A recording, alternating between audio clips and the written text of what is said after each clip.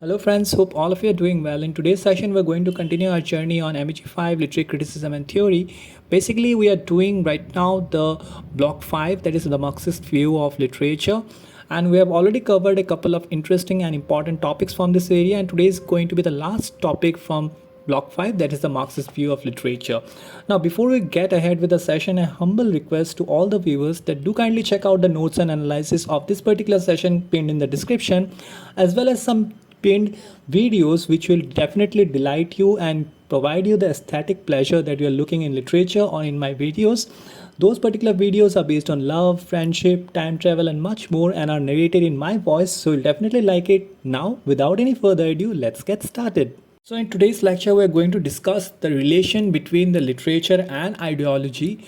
So basically, the relationship between literature and ideology is complex and multifaceted.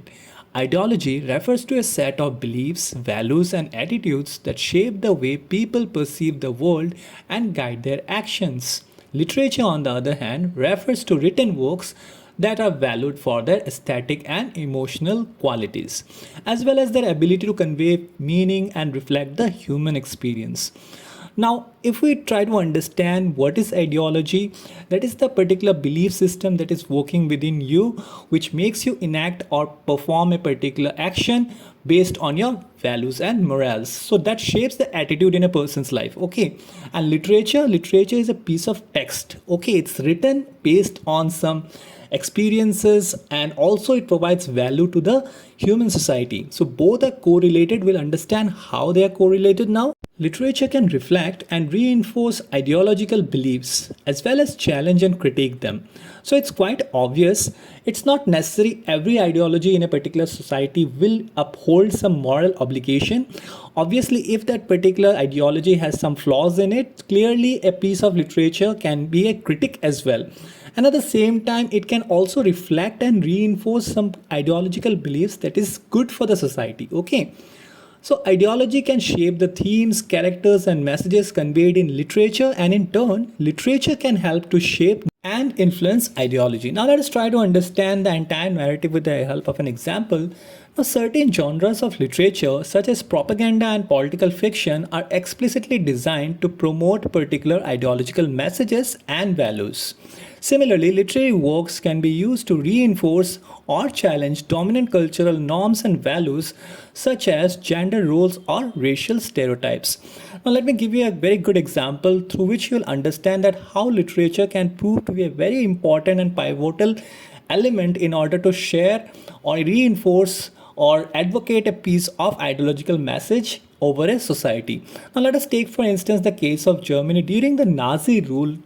What Hitler did was he tried to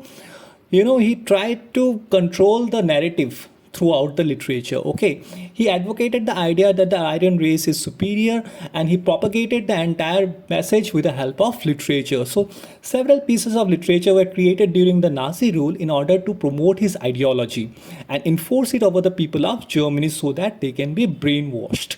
So similarly, we can also see that how some stereotypes can be challenged with the help of literature. Like we see during the medieval ages, a lot of female authors came up, but in the beginning they used to have pseudonyms, because in the beginning the female authors were not given equal importance. Okay, they were not given equal rights.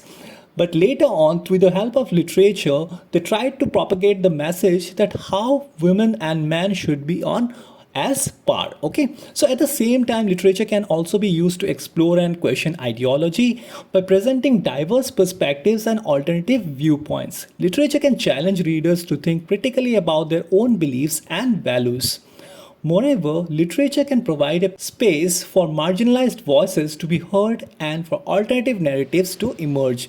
Take, for instance, the example that I just gave a couple of seconds back, that was the female authors deserving the equal right as their counterpart. So, overall, the relationship between literature and ideology is complex and dynamic, with each influencing and shaping the other in various ways. Now let us try to understand the relationship between literature and ideology using diagrams, or in vivid sense if we say using Venn diagram. Now, the circle on the left represents literature, while the circle on the right represents ideology. The intersection of the two circles represents the way in which literature and ideology overlap and interact. In the literature circle, we can include works such as novels, poetries, plays, and other written works that are valued for their aesthetic and emotional qualities.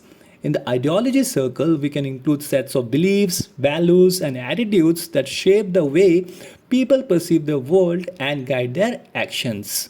Now, the intersection between the literature and the ideology represents the ways in which literature can reflect, reinforce, challenge, or critique ideological beliefs.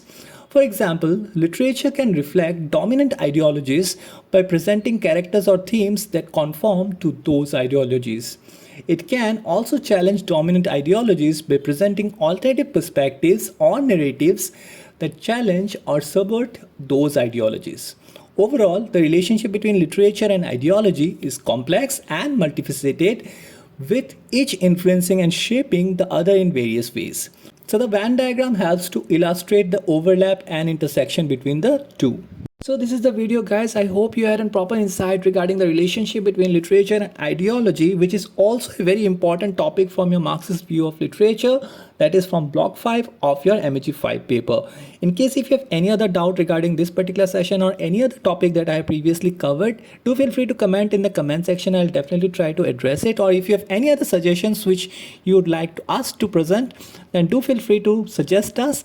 And do not forget to check out the notes and analysis of this particular session, which is pinned in the description, and do join our social community pages to be totally updated about the IGNOS notifications. And do not forget to check out the videos which are narrated in my voice. You'll definitely love those. Till we meet next time, God bless you and thank you all.